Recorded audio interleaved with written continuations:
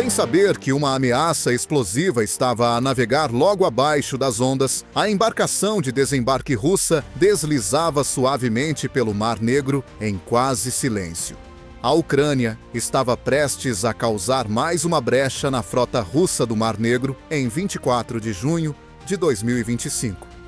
O navio, que provavelmente transportava tropas e suprimentos, aproximava-se lentamente e em águas rasas ao longo da costa ocupada, sem estar em alerta máximo, zigue-zagueando ou usando rotas evasivas. O mar, no entanto, estava calmo. A coisa escura passou ligeiramente pela superfície a cerca de 30 quilômetros da costa. Apenas velocidade bruta fixada na rota, sem deixar rasto nem som. O drone de superfície autônomo, o agora famoso Magura V5 da Ucrânia, estava equipado com mais de 300 quilos de força explosiva e foi concebido para uma única missão: não voltar para casa e atacar com força e rapidez. Ele usava sensores infravermelhos para rastrear o alvo em tempo real. O drone mediu o navio além de vê-lo. Cálculos intermediários de alcance, rumo e ângulo de impacto são feitos sem a necessidade de intervenção humana. A última aproximação começou às 05h13. Então o golpe foi desferido. O lado da embarcação de desembarque foi rompido por uma única colisão. O convés traseiro foi iluminado por uma explosão secundária alguns segundos depois. O navio dobrou-se e ardeu, e começou a partir-se em dois, expelindo fumo negro. Os drones da marinha ucraniana gravaram cada segundo. Na mesma manhã, o vídeo foi publicado. Milhões de pessoas viram um pequeno filme. Chamas no oceano metal retorcido e um casco a arder. A legenda era direta. Perto de Kursan, embarcações de desembarque inimigas foram destruídas. No entanto, este ataque com drones não foi típico. Podemos inferir 3 coisas deste ataque: quão vulneráveis os barcos russos se tornaram, como a Ucrânia agora controla uma parte considerável do Mar Negro sem navios de superfície, e por que a estratégia naval desatualizada da Rússia não é mais eficaz. A hora exata da detecção está atualmente sob investigação. No entanto, estamos cientes disso. Muito antes da colisão, o Magura V5 já tinha fixado o alvo no navio russo. Estava à espera sem responder. Navegava a alta velocidade, rente à linha de água, escondido fora do campo de visão, obscurecido pelo horizonte e pelos detritos marinhos. Era uma estratégia calculada. O drone permaneceu indetectável ao radar, usando materiais compostos e um casco de baixo perfil. Através do uso de sensores passivos e feedback de satélite, a sua navegação a bordo modificava continuamente a sua trajetória. Sem possibilidade de alerta precoce, sem emissões ativas. Passou do modo furtivo para a corrida final quando chegou a 2 quilômetros. Segundo testemunhas, o drone aproximou-se a cerca de 70 nós. Mais de 130 km por hora, ou seja, mais de 800 km/h. A essa velocidade pode completar a milha final em menos de 30 segundos. Toda a ação foi gravada por um drone ucraniano que sobrevoava a área. Sem saber, a embarcação de desembarque continua a avançar. Antes do impacto, o Magura aparece apenas brevemente. Depois, houve agitação, uma explosão e um clarão. O impacto foi baixo e um pouco descentrado. Essa posição é importante. Os compartimentos das tropas costumam estar localizados ali. Eles não teriam chance se houvesse militares a bordo. Uma onda de pressão produzida pela detonação rasgou o casco. Os danos foram aumentados por explosões secundárias, provavelmente causadas por combustível ou munição a bordo. As chamas se espalharam rapidamente pelo convés. À medida que o navio começa a inclinar-se para bombordo, destroços e boias salva-vidas são visíveis espalhados pelo oceano. Depois disso, ele simplesmente para de se mover.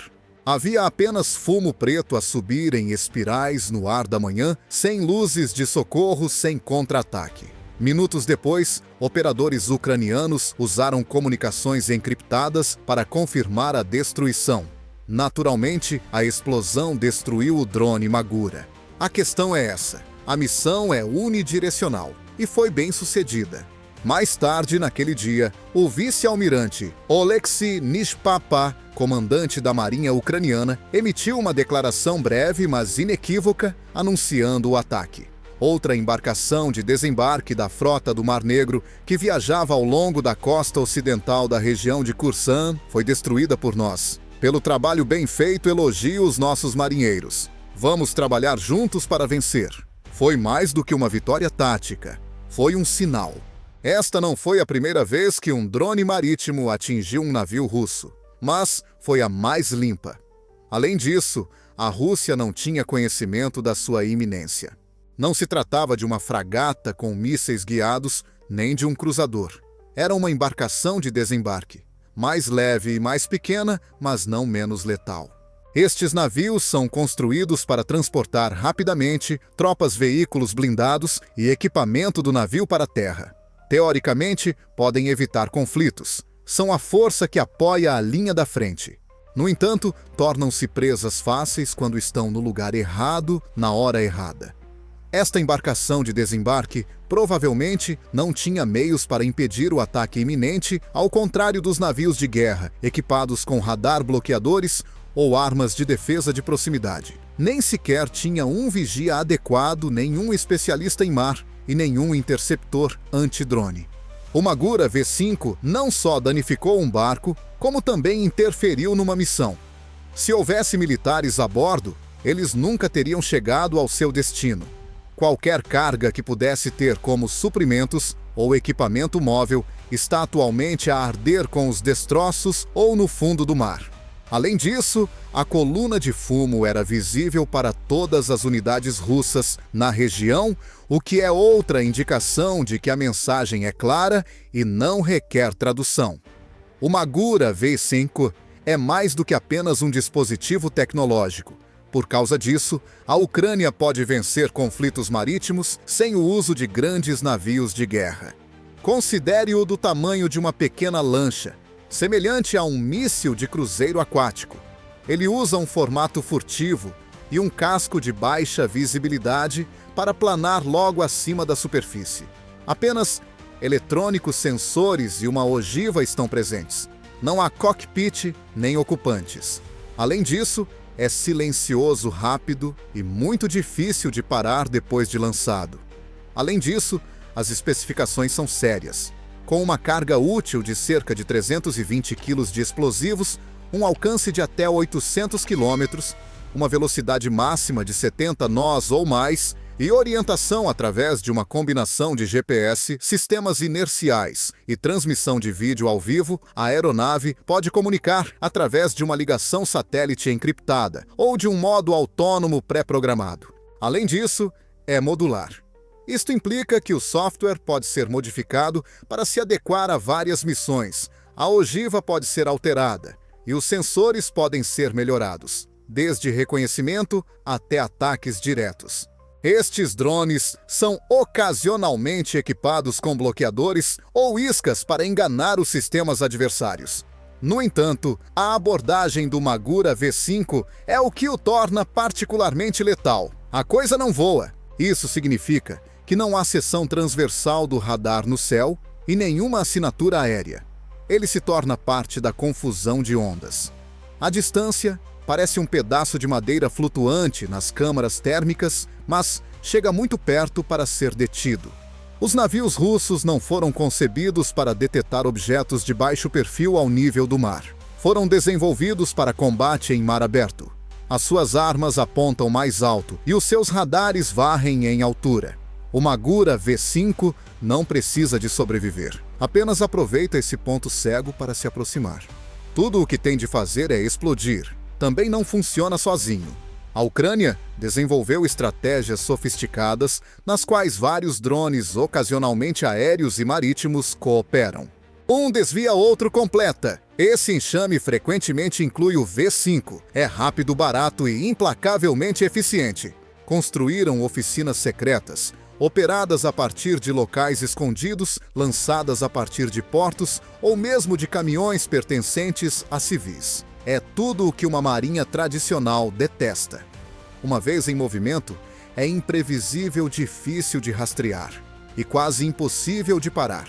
Além disso, o Magura não se limitou a atingir um navio neste caso. Demonstrou mais uma vez como estas vias navegáveis são agora dominadas por drones. Por trás do joystick estava a 385ª Brigada de Veículos de Superfície Não Tripulados da Ucrânia, ou mais precisamente, o computador portátil encriptado.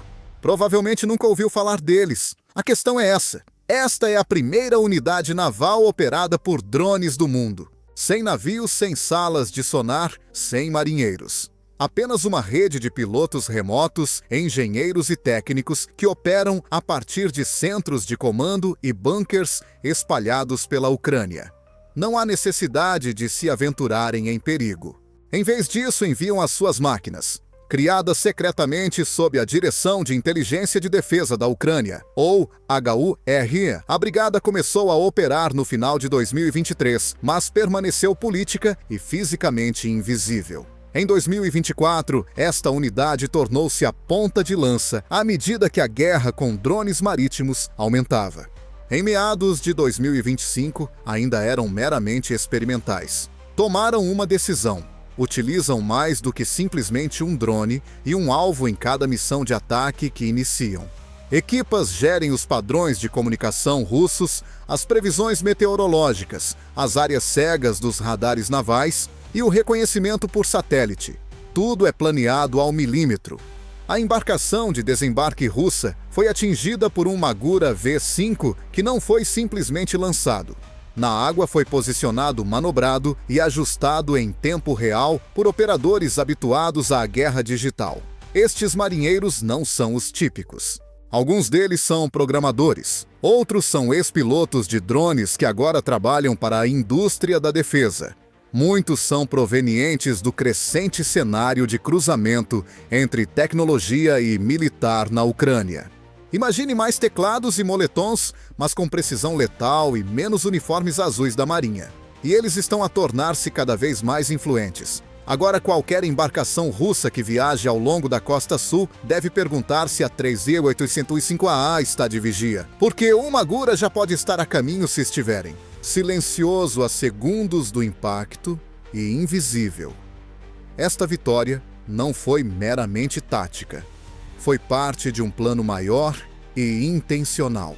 A Ucrânia não está apenas a tentar destruir navios russos, está a tentar reescrever a guerra naval no Mar Negro e está a ser eficaz. A Ucrânia realizou centenas de ataques com drones aéreos e terrestres não tripulados em áreas costeiras ocupadas na Crimeia e em Sebastopol desde o início de 2024. Embora não seja a única arma em uso, o Magura V5 passou a representar uma nova forma de poder.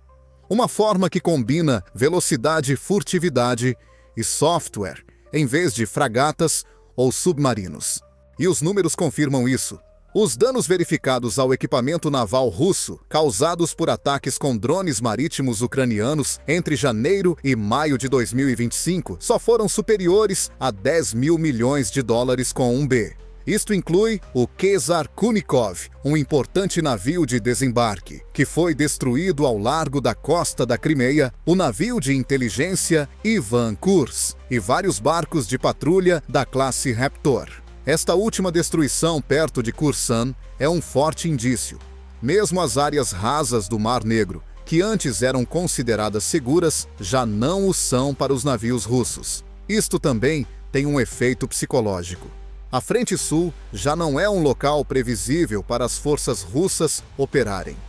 Até mesmo o transporte de uma dúzia de soldados por via marítima representa agora um sério perigo devido às ameaças contínuas às rotas de reabastecimento. Como resultado, a Rússia é forçada a depender mais de comboios terrestres, que são mais difíceis de interceptar, mais lentos e mais suscetíveis a ataques aéreos.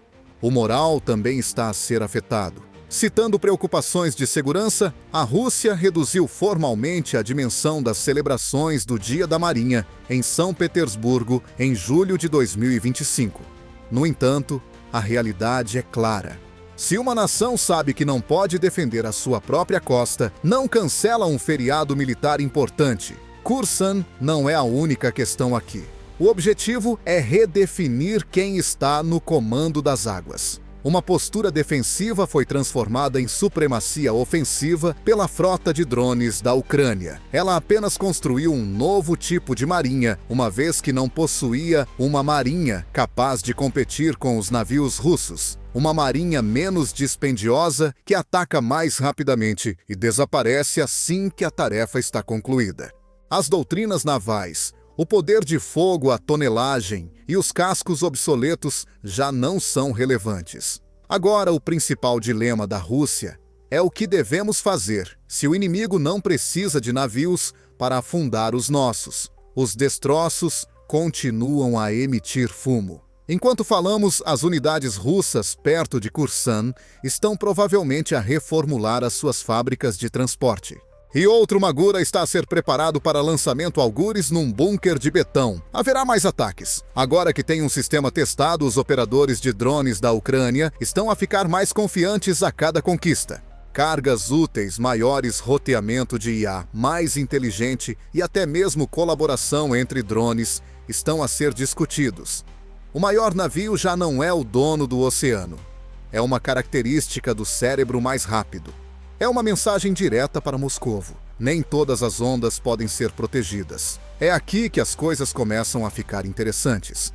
A Ucrânia continuará a atacar a logística da Rússia, concentrando-se em navios de apoio modestos como este. Ou vai dar tudo por tudo e procurar mais uma vez combatentes de superfície significativos. Na sua opinião, qual é a melhor jogada? Continuar a atacar alvos fáceis e esgotar gradualmente a frota? Ou arriscar tudo para obter vitórias de alto perfil e alto valor? Deixe um comentário abaixo com a sua opinião. Se estivesse a tomar decisões no centro de comando dos drones, gostaríamos de saber como abordaria este conflito. Obrigado por assistir até aqui. É óbvio que você vai além das manchetes. Você investiga a fundo.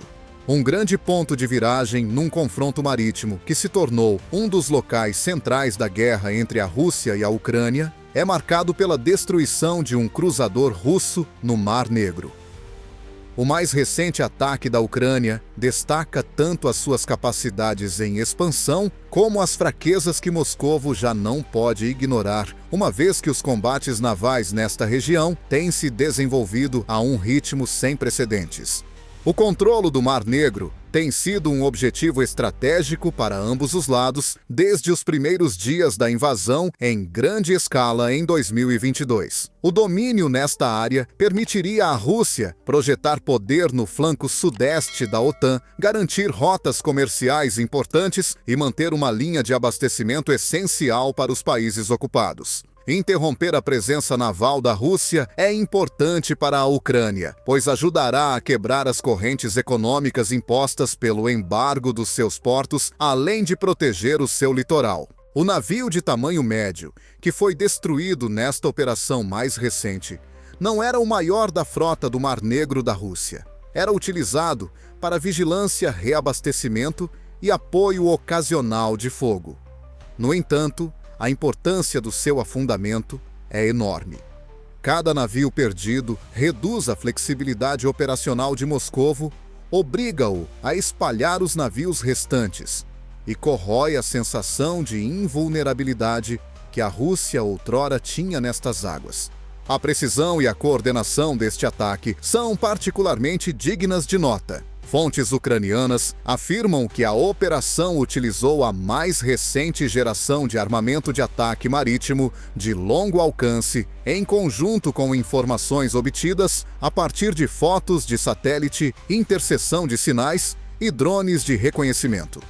Ao combinar poder de fogo e inteligência, a Ucrânia conseguiu identificar um pequeno intervalo de tempo em que o navio operava com menos cobertura de defesa aérea, deixando-o vulnerável a um ataque. Parece que a arma utilizada foi um drone modificado internamente com uma carga explosiva pesada. Estes drones são mais baratos, mais difíceis de detectar e podem ser usados em enxames para sobrecarregar as defesas em contraste com os mísseis antinávio convencionais. O uso de táticas assimétricas para neutralizar um adversário com vantagem numérica e tecnológica no mar é uma estratégia mais ampla da Ucrânia que se reflete neste método. O naufrágio também demonstra como a postura naval da Rússia mudou. A frota do Mar Negro foi obrigada a concentrar vários dos seus maiores navios de guerra em portos como Novorossiysk e a deslocar muitos deles para leste, para fora do alcance dos mísseis ucranianos ao longo do ano anterior. Como os navios de apoio têm frequentemente de operar mais perto de águas controversas devido a esta relocalização, as missões de reabastecimento são agora perigosas. Além de causar danos materiais, o ataque da Ucrânia a esses navios de carga está a pressionar a Rússia a continuar as operações na Frente Sul. Igualmente significativa é a consequência econômica. Além das despesas financeiras que frequentemente chegam a dezenas de milhões de dólares cada navio perdido, também significa a perda de meses ou anos de treino da tripulação, equipamento especializado e prontidão operacional. Sob as sanções atuais, é muito difícil substituir esses navios de guerra, porque a Rússia está a enfrentar escassez de peças importadas, como peças de motores e sistemas de navegação. Cada ataque ucraniano à frota do Mar Negro tem essencialmente um efeito composto minando gradualmente o poderio naval de Moscovo. A mensagem é clara do ponto de vista geopolítico. Apesar de não ter uma marinha convencional, a Ucrânia está pronta e capaz de desafiar o domínio russo no Mar Negro. Isso comunica ao público interno e externo que a superioridade naval da Rússia não é mais garantida. Essas mudanças são observadas com atenção pelos membros da OTAN, especialmente aqueles com litoral no Mar Negro, como Romênia, Bulgária e Turquia, uma vez que têm o potencial de alterar o equilíbrio da segurança regional. Também é importante considerar as ramificações geopolíticas mais amplas. Desde a regulação das exportações de cereais até a extensão da sua influência no Mediterrâneo através do Bósforo, a Rússia tem tradicionalmente utilizado a sua presença naval no Mar Negro como ferramenta de negociação. Quanto mais a Ucrânia consegue interferir nessas capacidades, mais enfraquece um dos instrumentos mais importantes da política de Moscovo. Por sua vez, isso pode melhorar a posição da Ucrânia nas próximas discussões diplomáticas, especialmente no que diz respeito às garantias de segurança marítima. A Ucrânia levou tempo para ter sucesso nesta operação. É o resultado de um esforço de vários anos para fazer a transição da guerra tradicional entre navios para um campo de batalha naval. Isso incluiu o desenvolvimento de aeronaves não tripuladas e sistemas de superfície, a incorporação de mísseis como o Harpoon e o Storm Shadow, fornecidos pelo Ocidente, e o estabelecimento de um setor de defesa local capaz de inovar rapidamente em tempos de crise. O aspecto psicológico é igualmente importante. É extremamente desanimador para os marinheiros russos perceberem que, mesmo quando seus navios estão a operar dentro das defesas da frota, ainda podem ser destruídos. Por outro lado, cada ataque bem-sucedido reforça a percepção entre os militares ucranianos e o público em geral de que a tenacidade e a desenvoltura podem compensar as diferenças em termos de equipamento e pessoal. Globalmente, a crescente competência da Ucrânia em operações de ataque marítimo pode ter um impacto na forma como as marinhas mais pequenas consideram a defesa costeira.